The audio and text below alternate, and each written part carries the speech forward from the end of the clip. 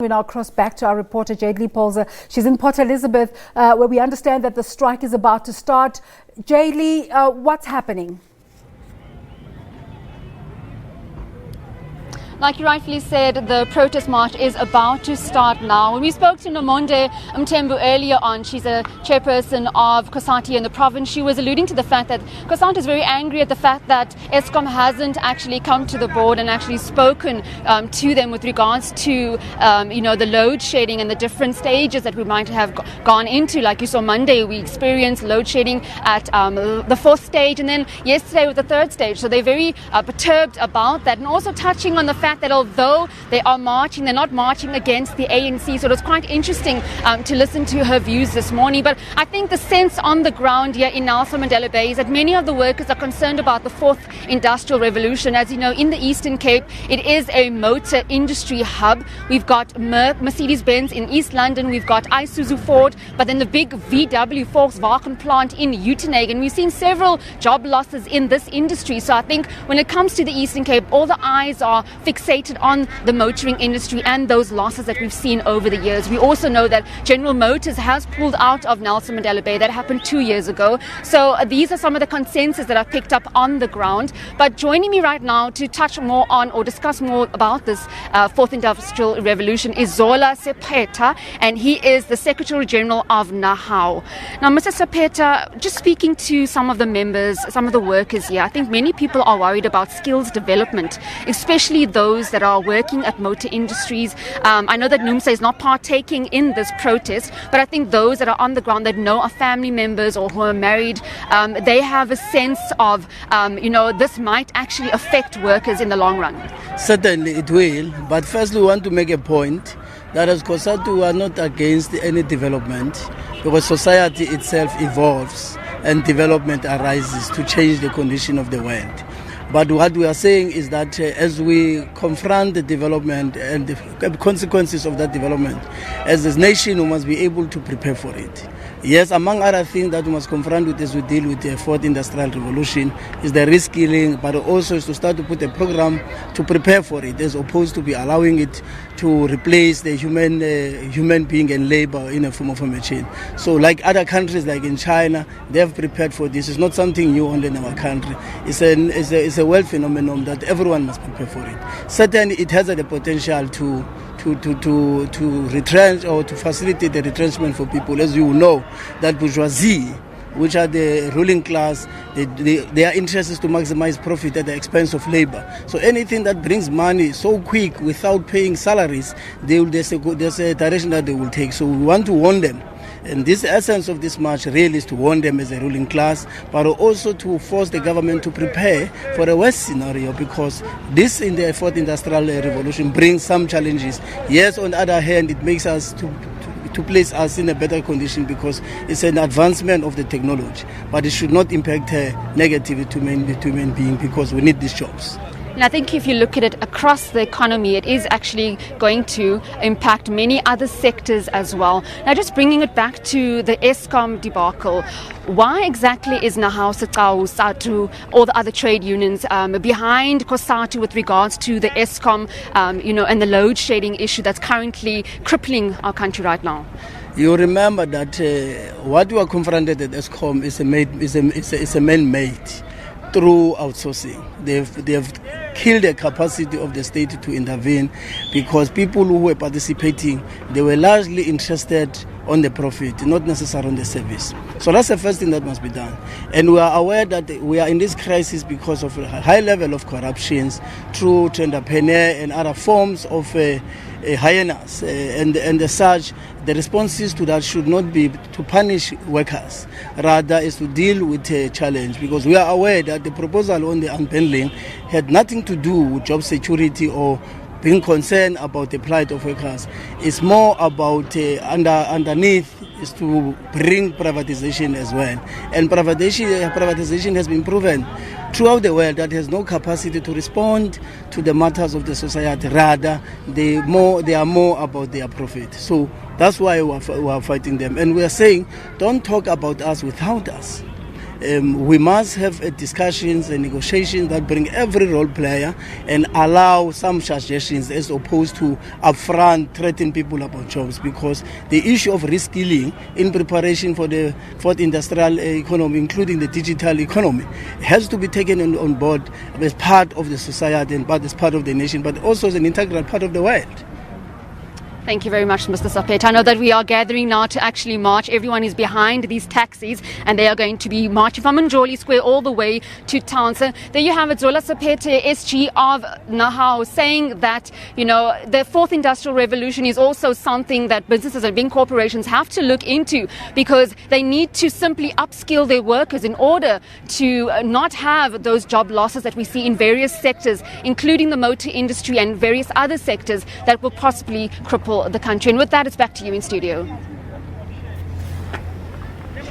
Thanks a lot, Jayed-Leigh. The gathering point in Johannesburg is the Maritfitz Gerald Square, and our point person there is Chriselda Lewis. Chriselda, when we spoke to you earlier, people were starting to trickle in. What's the case now?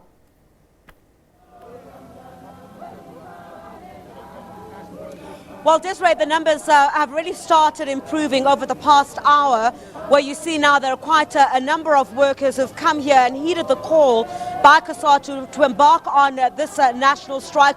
Of course, as we've been saying throughout the morning, together with the rest of my colleagues who have been crossing to you from various other provinces, the same issues will be highlighted here as well. Massive unemployment in South Africa, as well as job losses topping the agenda for Cosatu today.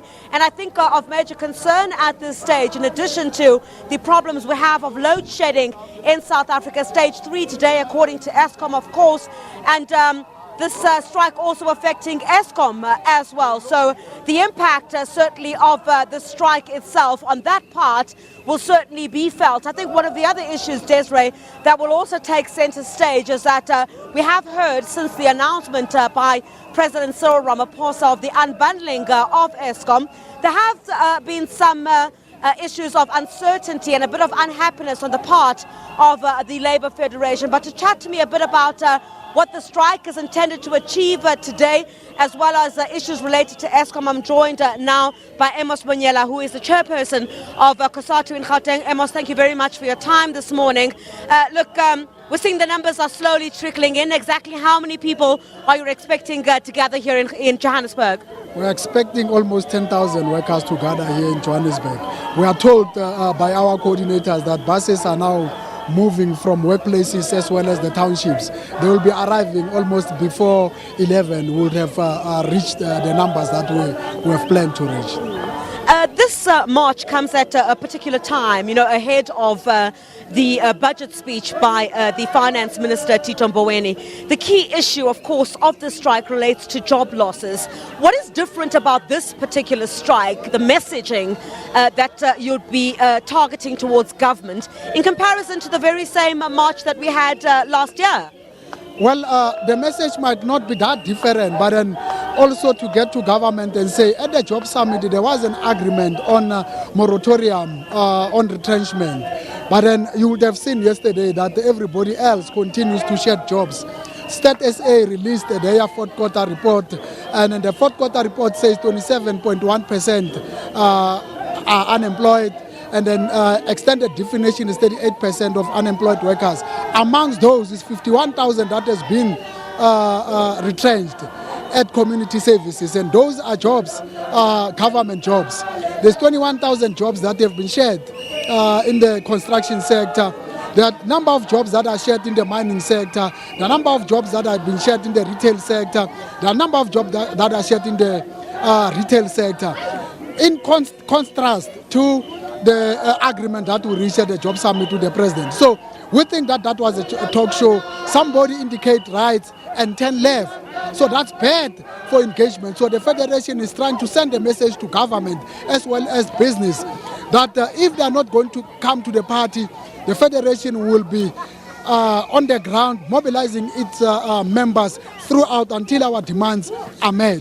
So we are also angry about the unbundling of... I actually wanted to come to that, Amos, the issue of the unbundling. I know that over the past couple of days, into the past couple of hours, Cosatu has been saying that it's unhappy with the announcement by President Cyril Ramaphosa relating to the unbundling of Eskom. Was there any consultation with unions pertaining to that?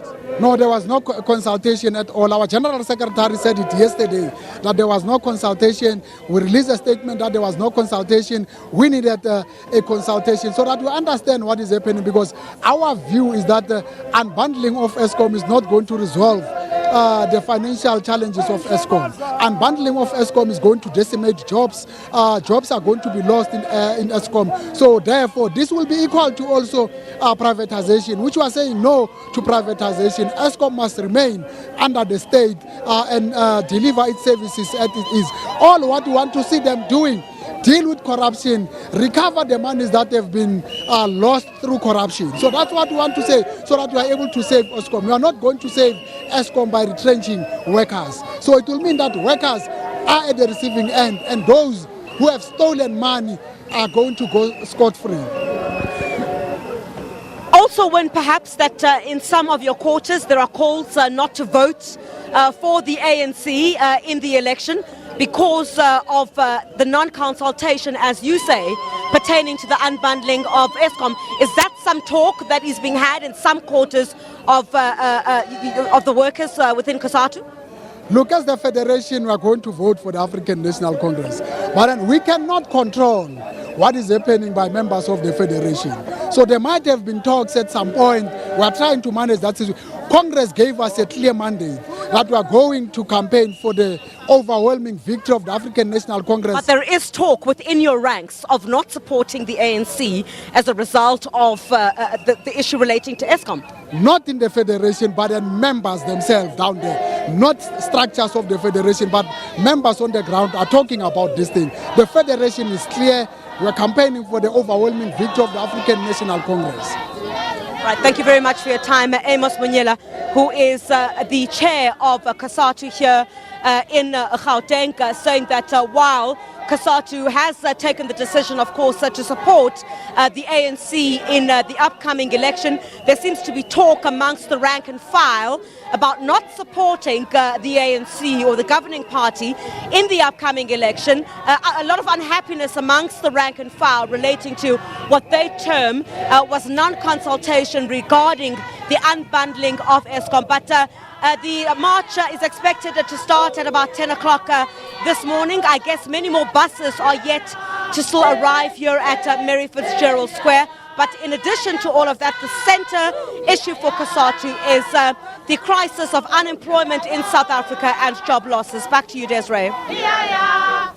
Thank you so much there to Chriselda Lewis. I really enjoyed that aspect of the conversation where they were talking about the fact that the march comes against the backdrop of the release of the the stats numbers that came out yesterday, saying that employment prospects have improved, and that needs really another conversation altogether. Thank you very much, Chriselda. Now to King Williamstown in the Eastern Cape. Our reporter Busisiwe Jemsana-Mantashe is covering the Cosatu national shutdown. Busisiwe, is there any action from your side?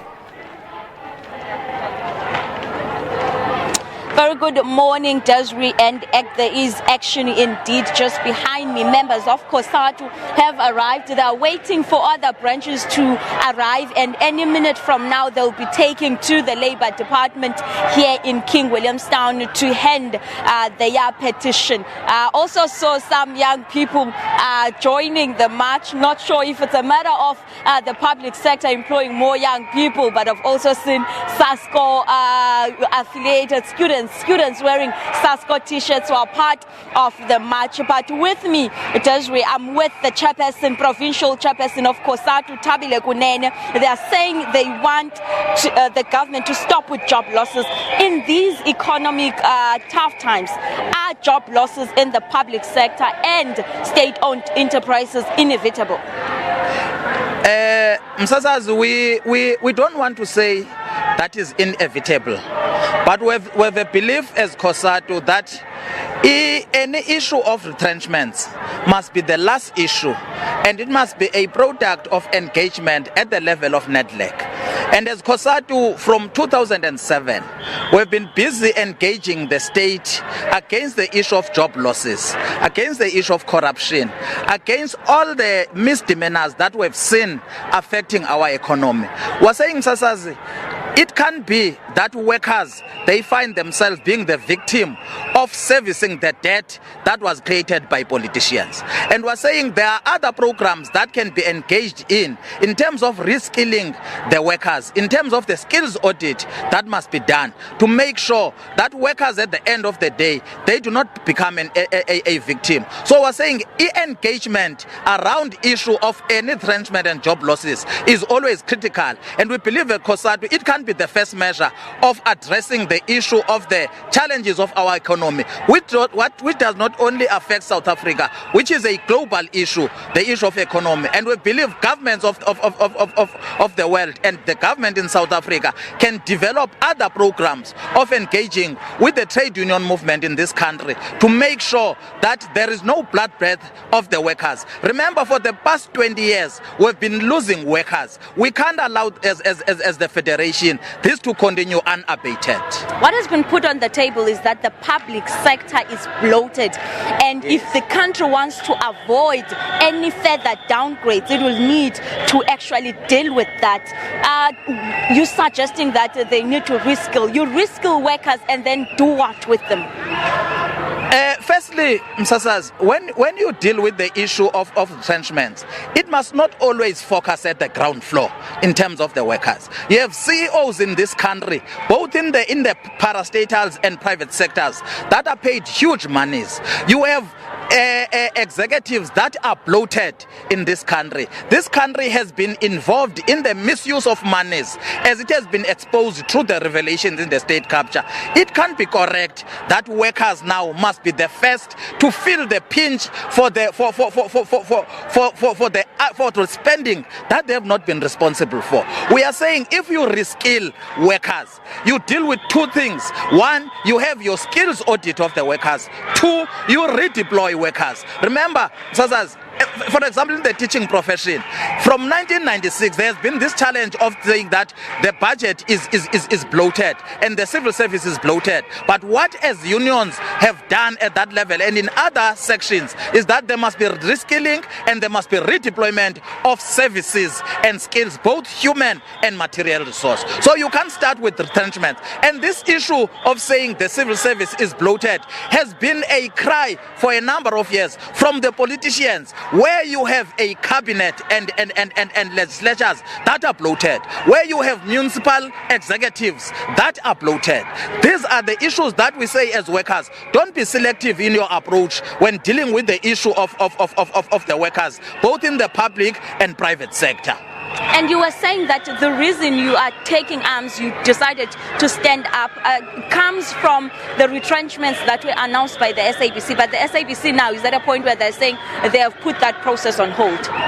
We appreciate the engagement by politicians and also by our unions, especially COO at the level of SABC and other unions that are mobilizing in SABC. But we believe that was not supposed to be the first approach by SABC. SABC was supposed to have approached Cosatu, to have approached unions at the level of bargaining and come with programs of reskilling and skills audit. We don't believe that voluntarily the board from SABC has decided to abandon the plan that was there. And we don't believe that in the next 2 years to come, that plan might not come back. As Cosatu, we believe that prevention is always better than cure. We don't want to leave workers at the lash of the economy and the failure of the parastatals, the executives, and the failure of government, and allow then workers to be victims at the end of the day. We will continue to put pressure on SABC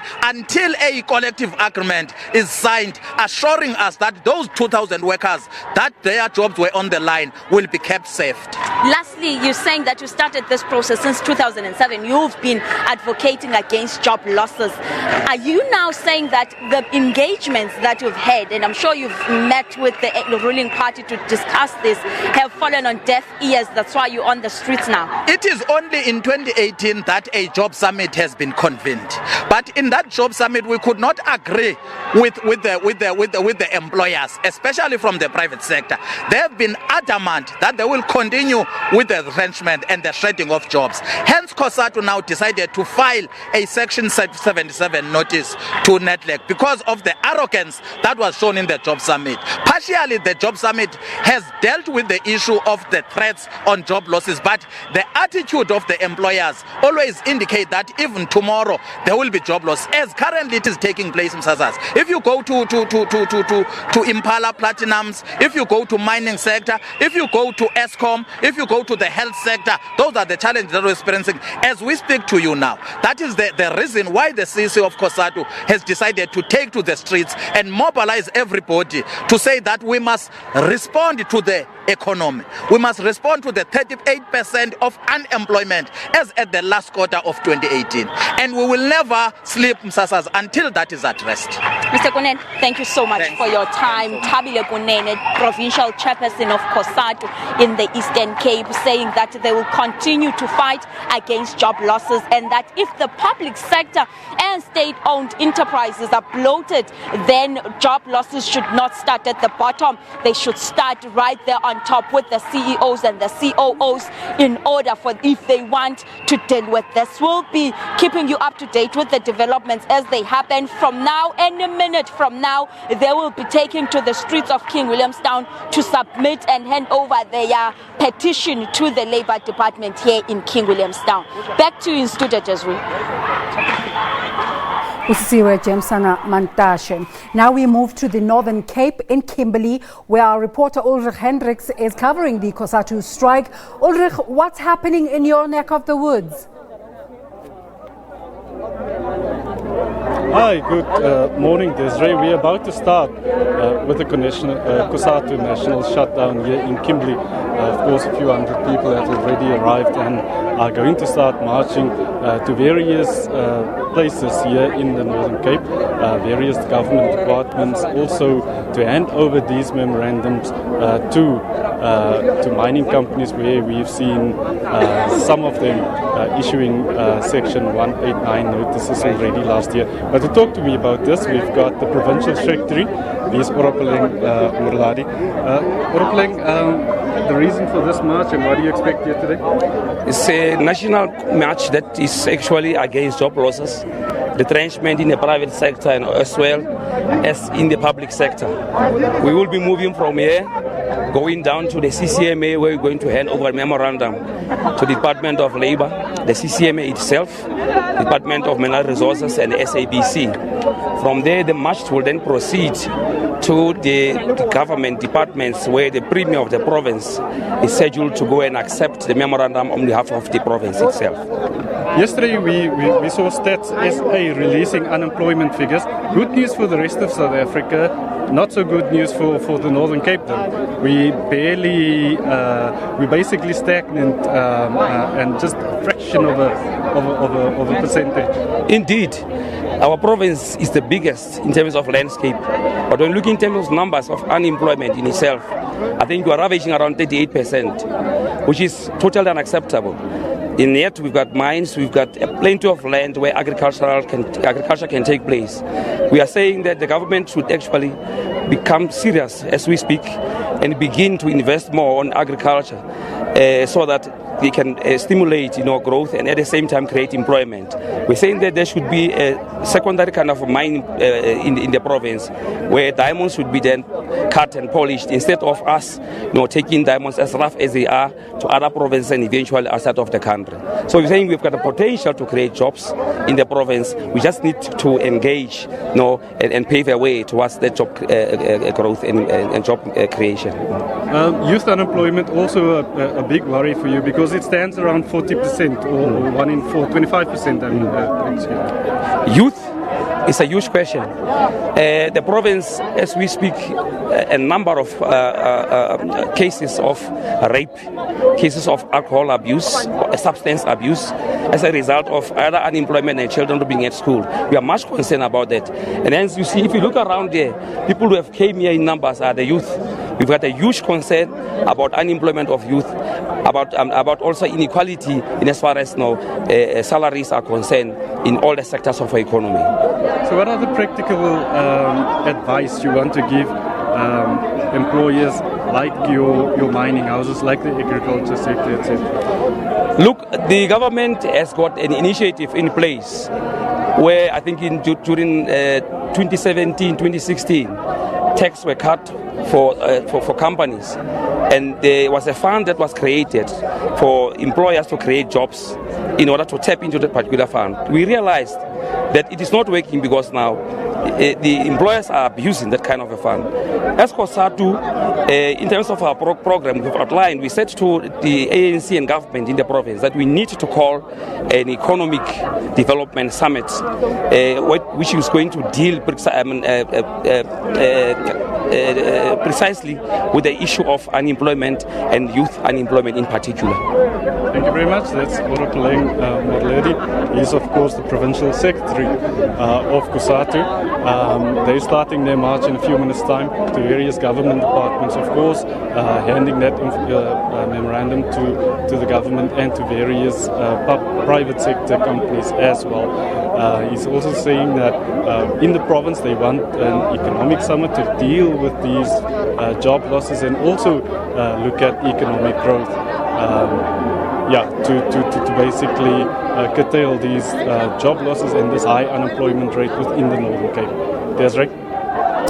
Ulrich Hendricks is covering the Cosatu national strike from Kimberly, and I imagine from the images we've seen since this morning, the Cosatu membership is answering the poll that we're conducting with you today. And the question there too is, do you support the Cosatu national shutdown? So far, 46% of you say they do, 54% not really. 237 responses have come through. Let's look at some of the tweets in this regard. Busisiwe Sondebele says, it's a waste of our time. Cosatu is an alliance partner with the party that's defending corruption. Cosatu national shutdown, hashtag there. Let's take a look at Lechasa Batla Mollo says, I'm confused because Cosatu is an ANC alliance partner. How can ANC defy what the ANC, someone balance me? I suppose that's the general thread there, that they do have access to talk to the ANC, but they have said this is not about the ANC, it's about job losses. One Dilengeba says, yes, indeed, we are fully behind the Federation Cosatu on the National Day of Action. Government and private sector are failing to create jobs. We're gathered at Freedom Square in Mthatha. Come one, come all. No to retrenchments and job losses. Amandla. Well, those are your comments there, and thank you so much for sending them through, and would like to see some more of those. And also, of course, vote some more on our poll of the day.